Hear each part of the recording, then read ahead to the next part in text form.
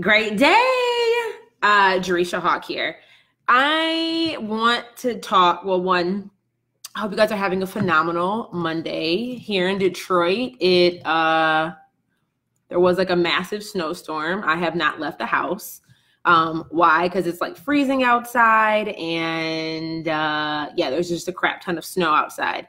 But I just recently was celebrating over a bowl of Fruit Loops because I accomplished my goal for this month, which was to pitch myself to 10 different places. And I'm going to talk a little bit about that. But I'm really, really excited because I submitted my 10th pitch today. And I'm very proud of myself. But I wanted to talk with you guys today about how do you actually prepare to start pitching yourself and why having a signature service really does position you as an expert, which allows you to make it a lot easier to actually go out there, pitch yourself, and set yourself up to actually convert clients while doing that. So one thing about me is, I've been in business about 2.5 years now. And in the very, very, very beginning stages of my business, like when I was starting to get some traction and like people were starting to see me showing up online more consistently and just being more visible, I had so many people reaching out saying like, Jay, the way for you to grow your business, like to get more eyes on your business, to be able to convert more clients is you need to be using PR. Like you need to be pitching yourself. You need to be doing all this stuff with PR. And at the time, I almost got suckered in. But at the time, like I really had not yet established a few things in my business, which I'm going to share with you guys, because I think it's really important to have a few things in place before you actually start actively pitching yourself. But I was like, I'm not at a point right now in my business where if I'm getting more visibility, which so many of us are craving, right? Like so many of us are like, Jay, I want more visibility. I need more eyes on my business. That's the way for me to go out there and convert clients. But the thing that many people forget is like, who cares about getting all that attention if your systems and your operations is not set up to convert every one of those new leads? And at that stage of my business, I did not have those systems in place to make sure that if I was getting a bunch of, like, it's like having the Oprah effect. And I know when Oprah would put people's businesses went bankrupt or went out of business because they couldn't handle the demand after they got the Oprah effect. Meaning, let's say you were like, just imagine right now, is your business, if somebody were to send 1,000 new leads your way, would your business be able to handle that demand? Legitimately, like if 10,000 new leads, like buying individuals came to your website and came to your business today, would you be able to handle that demand? Do you have the capacity to serve another 10,000 people? Or like I said, or we can scale down. Let's say 1,000 new leads came your way today. Would you be in a position where you could serve those 1,000 people? Answer is no.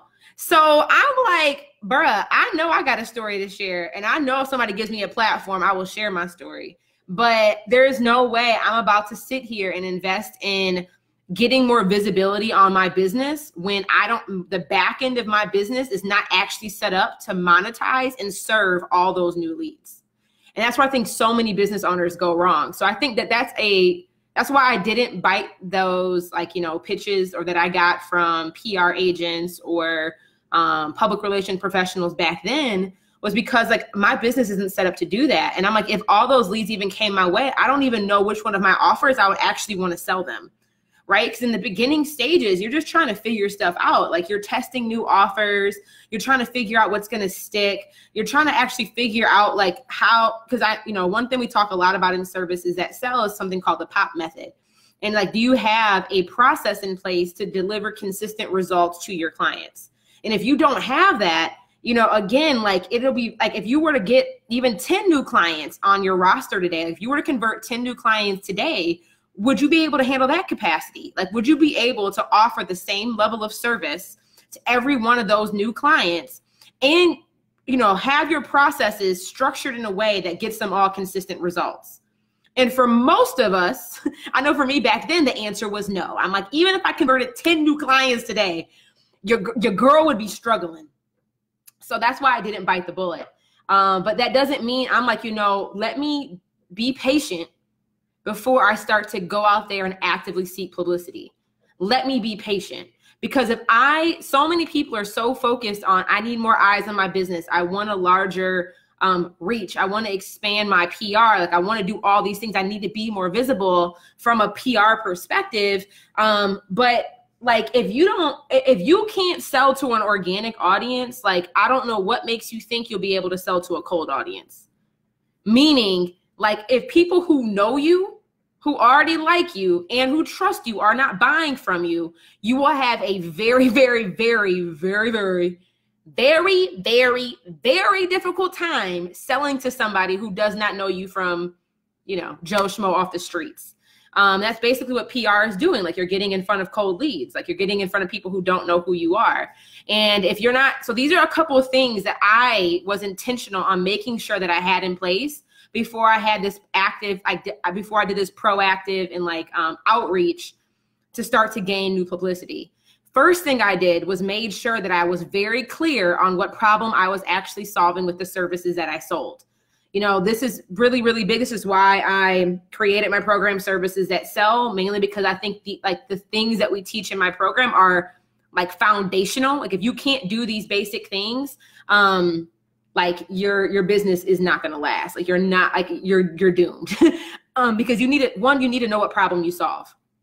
So back then I was testing out a bunch of different things. Like, I was trying to be an empowerment coach. I was trying to help with life coaching. I was teaching Facebook, like, how to be visible on Facebook. I was teaching a corporate dropout program. I was teaching a program talking about like how to launch your hustle. Like, I was positioning myself and testing out these different angles of positioning. I didn't really know what thing I wanted to be known for. Like, and that's something that's important for you guys is you have to decide what you want and this is why I know we call this packaging this into a signature service. You need to decide what is the one thing that you want to be known for. And this is just in the beginning.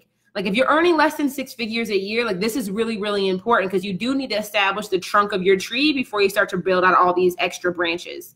So it was important for me to first figure out, what did I want to be known for? Like, what was going to be the trunk of my tree? Like, the root of what my reputation is built on. What is that one thing? And what is that one problem that I solve for clients where I can produce consistent results in it? And in order for you to get to a place where you have a proven process, meaning that, if somebody were to hire you, you're not customizing the back end of the process every single time a new client comes on. You are walking clients through a proven system step by step to get a result, and you're able to produce consistent results. That means you're going to have to do it for a period of time. Like, you're going to need to be committed to doing one thing for a period of time. So that was really important. You need to know what problem you're solving. You need to know, and you need to know, what is that one person? Who is your minimum viable audience that you're trying to solve that problem for? And this was something, again, that took me time to figure out. But this is why it's so important to know who your minimum viable audience is. Because another thing, when you think about PR and pitching yourself, like, who cares if you're speaking? Like, let's say you get 100 speaking gigs this year, right? Like, and that's also another capacity thing. People are like, I want to do more speaking. I want to do, be more visible. Like, do you even have the capacity to speak more often? Do you have the capacity to be traveling more often, to go to these speaking engagements? All these things, right? You need to think about your capacity. But who cares if you book 100 speaking engagements when everybody in the audience is not your ideal audience?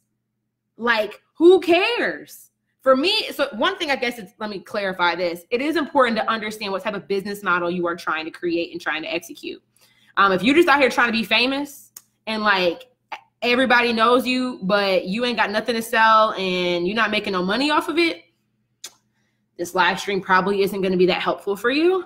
Now, if you are somebody who is like, no, I want to be able to monetize the eyes that I have. I want to monetize the followers that are starting to like my pages and follow me on Instagram. I want to be able to monetize the attention that I'm getting by selling a service or selling a product. You need to be in, like, it is very, very important that you need to know who your minimum viable audience is. You need to know what, so when you start pitching yourself, you know what outlets to pitch yourself to, because you know that their audience is your ideal audience. And in the beginning, I didn't have that clear. So I'm like, I was working full time, studying for the GMAT, trying to go back to grad school and building my business. I'm like, I don't have time to waste just pitching myself any and everywhere when I really don't even know who it is I'm trying to attract. And I really don't know what problem it is that I'm solving. So that means it's going to be very difficult for me to even know who I need to pitch myself to. Because if you don't know those first two things, like those are the most two important things for you to nail down. Because if you do not have those two things down, like who cares about getting the interview, speaking on the TV channel, like being featured in the magazine, if it does nothing, like it's not producing, it's not even setting yourself up to produce any actual results. So those things are really, really big for me. And then the third thing is after you need to know what problem you solve and you need to know who your minimum viable audience is. You need to know, like the third thing is you need to know what you're actually, like how to actually sell, right? So I know far too often people will be doing speaking engagements, speaking at workshops, like doing podcast interviews, and they're getting all this publicity, but they have nothing in place to actually sell anything. So like, if somebody loves hearing you speak and they're like, okay, what can I learn from you next? It's like, oh, bro, I ain't got nothing. I was just here to get the PR.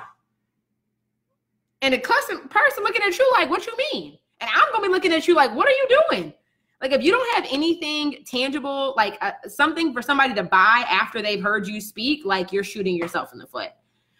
People don't make like, and I'm going to just be very frank. Okay. And like, you can ask pretty much any online entrepreneur, any entrepreneur really, very few business models actually make a legitimate profit off the event that they host.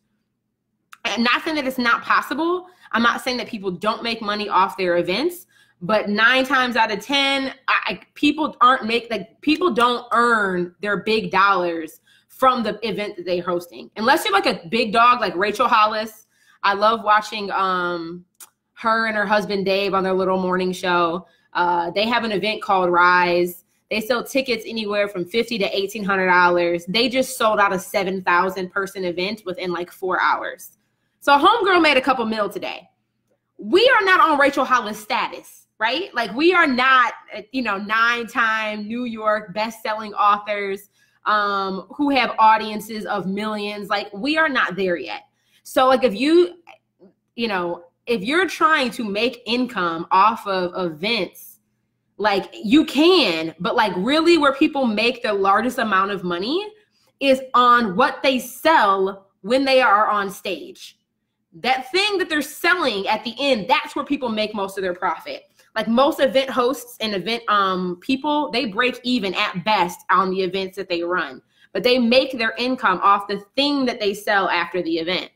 And if you are, another thing that you need to prepare yourself to do when you're pitching yourself is you need to know what it is that you're going to be selling. Like you need to have a solid offer that you are selling. And because that now will dictate like, okay, whatever it is that you're going to be speaking about on that podcast or on that stage needs to be aligned with the thing that you're going to be like, that you want people to know you for and eventually want people to ask you about, so then you can sell them into whatever your thing is. But let's say, I sell services that sell is the thing that I want to be known for. It's a simple process for underperforming service providers, people earning less than $5,000 a month consistently, teaching them how to sell using Facebook Live and sales calls. So if I know that is the problem that I solve and the offer that I want to sell and the audience that I want to sell to, it would make no sense if I were to get on stage and start talking about like, I don't know. I can't even think of something that's not aligned with my offer. But like for me to talk about like, how to cook quick meals as a new entrepreneur while you're still working your 9 to 5. Like I'm really trying. I can't even think of something. But it would make no sense for me to talk about something that's not aligned with the offer that right. Somebody said bundles. Like it would make no sense for me to get on stage talking about like why every girl needs to have a custom wig. Because I could sell that. But like, it would make no sense for me to be like, sometimes people are having interviews. Like, I did, let me give another good example. So I recently spoke on the Side Hustle Pro podcast by Michaela Matthews. If you do not listen to Side Hustle Pro, like, you need to go subscribe and add that to your iTunes podcast playlist, like, immediately. But I spoke on her podcast, I don't know, maybe a month or two ago now. So I can't remember how long ago it was, maybe a month or two ago. And within 2 weeks of that podcast airing, I was able to generate over $10,000 in revenue. And it wasn't like it was a paid, I didn't pay to be on her podcast. We didn't have an affiliate relationship going. I didn't make any hard sells on the podcast. But if you don't know these 3 things, right? You don't know what problem it is that you're solving. You don't know what person it is that you're actually trying to sell to, who your minimum viable audience is. And if you have not actually packaged an offer that you can sell, there's no way I would have been able to convert that type of revenue off that 145-minute podcast interview. And the reason why I was able to do that was because, if you know those 3 foundational things, that is your end goal. You want people to know you for that. You want to be able to establish your authority in that. And you ultimately want to create content, whether that you're speaking on behalf of, that leads people to want people who want to solve that problem to know that you had the solution. And that's what I did, right? So I made sure that anytime I speak anywhere, it will be aligned with the core offer that I'm selling. So if you don't have those things in place, like I would have several seats, like boop, boop, boop, boop, take a sit down, okay? Sit down and get very, very, very clear on those foundational things. And that's why, I was just patient. I was like, look, if I show up, if I keep providing value, if I, I'm visible on my own channels, being organic, and if I'm able to establish myself as an expert, like, people will just come to you because they will see you, right? People will notice, people notice good people. I've been featured in Forbes. I've been featured in Black Enterprise. I've been featured in my local newspapers like 2 or 3 times. I have been, approached to be on dozens of podcasts before I ever pitched myself.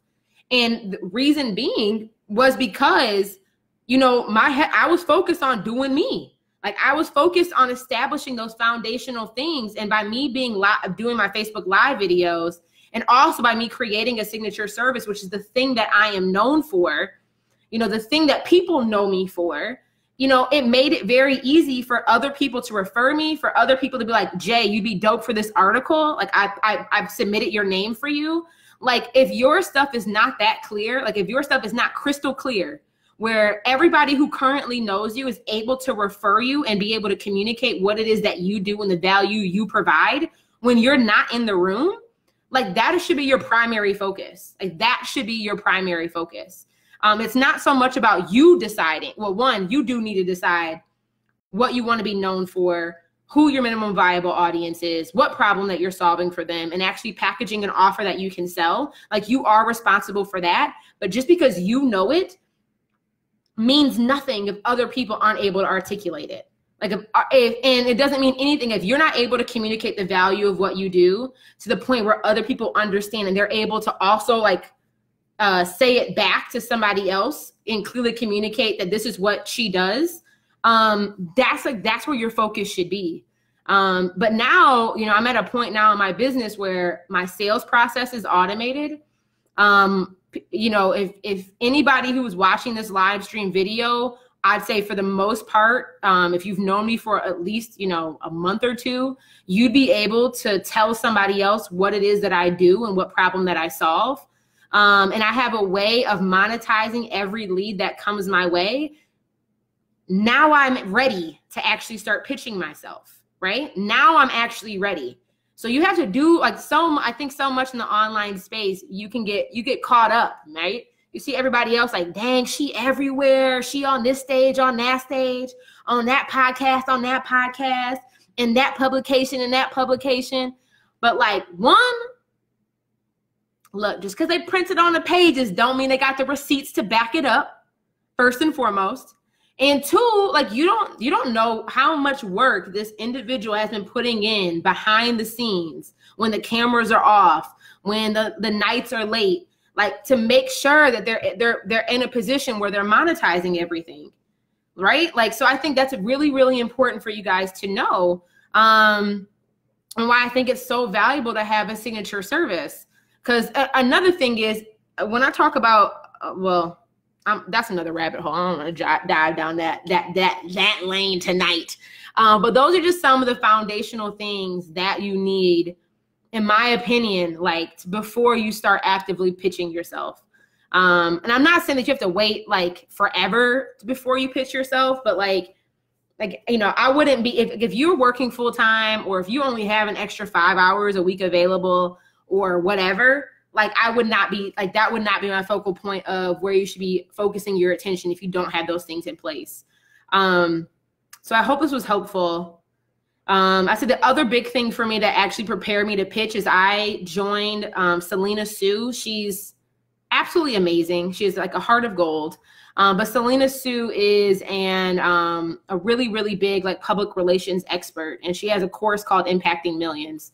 This is something that I purchased last year because I'm like, okay, as I'm spending the time figuring out like who my person is, what offer I want to be selling, knowing how to communicate, like learning how to position myself and how to communicate the value of what I offer. I know by 2019, I'll be ready to start actively pitching myself. So I joined her program mainly because, like, look, this is not my area of expertise. Like, I was terrified to pitch myself because I'm like, what if I get rejected? What if somebody denies me? What if just nobody responds? Like, I got issues. I was scared. I was like, I'm not about to be pitching myself and then looking stupid. Like, I was really, really like terrified to pitch myself. And I was fortunate in the beginning, like, you know, up until this point in my business where all the attention, the publicity that I was getting, people were just coming to me. I was like, you know, I'm already in Forbes and Black Enterprise. I ain't got to do nothing. Like, I'm good. I'll just wait. And I'm like, no, Jay, you're not about to play some passive backseat role in your business. If you're getting this much like publicity, like, one, I think that's a validation, right? Like, you should be getting people coming to you because your stuff is that clear and other people understand, you know, the value of what you offer clear enough where you are in demand. For me, I'm like, I need to know that I'm in demand before, you know, I will qualify myself saying I'm ready to go pitch myself or have somebody pitch on my behalf. But I enrolled in her program because I did not, like, one, I was not confident. I was not confident in pitching myself or putting myself out there. I didn't know how to structure a pitch in an email. I just didn't know some of like the basic things that you need to know about pitching. And I was like, I'm definitely not about to be spending time trying to like figure this out on my own, watching some free webinars and trying to puzzle piece it together because I don't want to be pitching myself because that's a first impression that I'm making on whoever it is that I'm pitching. I did not want to be making a bad first impression because I didn't know how to pitch.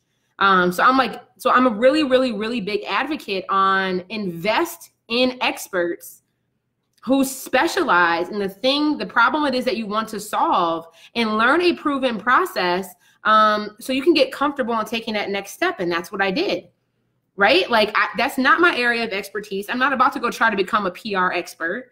But I do want to know how to, like, you know, submit basic podcast pitches and how to do some of the basic things and get a few of those under my belt before I, you know, get to a point in my business where it makes sense for me to outsource that aspect, right? To hire in a consultant or hire in somebody to join my team to do my pitching for me. So I'm just a really, really big advocate on making sure that, like, if you don't know something, one, that's okay. But two, understand understand the value of your time and like just go learn from somebody who already has a proven process, who's already like has receipts, who's already established their expertise in something and like learn from them. And that's what I did. So I enrolled in her course, like, you know, March of last year, April of last year. And, you know, I didn't really even dive into the course until about 4 or 5 months after I bought it, because I was focused on like getting those foundational things set up in my business first. So I waited, you know, I bought the course knowing that I wouldn't use it right away and waited about 4 or 5 months before I started like really diving into her content and like going through things. And yeah, so that was probably like 4 or 5 months of preparation before I ever sent my first pitch. So I'm just really, really thankful for that. But that's just my 2 cents for y'all today. you know, how to make sure that you're prepared before you actually start pitching, the power of having a signature service. And, you know, I qualify a signature service as a offer that is $1,500 or more, that solves a very specific problem for a very specific person. It's the service that positions you as the authority and the one thing that you want to be known for. And this is why I think that's so valuable, because when you become known for that one thing, you know, we have a student right now in services that sells Sophia. She has a signature service. Her business is called the Debt Demolisher, but she's known for that. Like, she's known for helping people demolish their debt. And when you get known for that one thing, like, you'll be surprised how quickly opportunities will just come your way. Because it's clear, like, it's clear that people know what you're known for. They know where you can add value, and they're able to, like, oh, you need somebody that does this, you need to call her. Like, it makes it easy to refer you. And that's really the power of having a signature service. It allows you to do that, and allows it to make it very easy for other people to understand the value of what you offer. So yeah, I hope this was helpful. Thank you guys for tuning in today. That's all I got for y'all. So I will chat with y'all soon. Bye, y'all.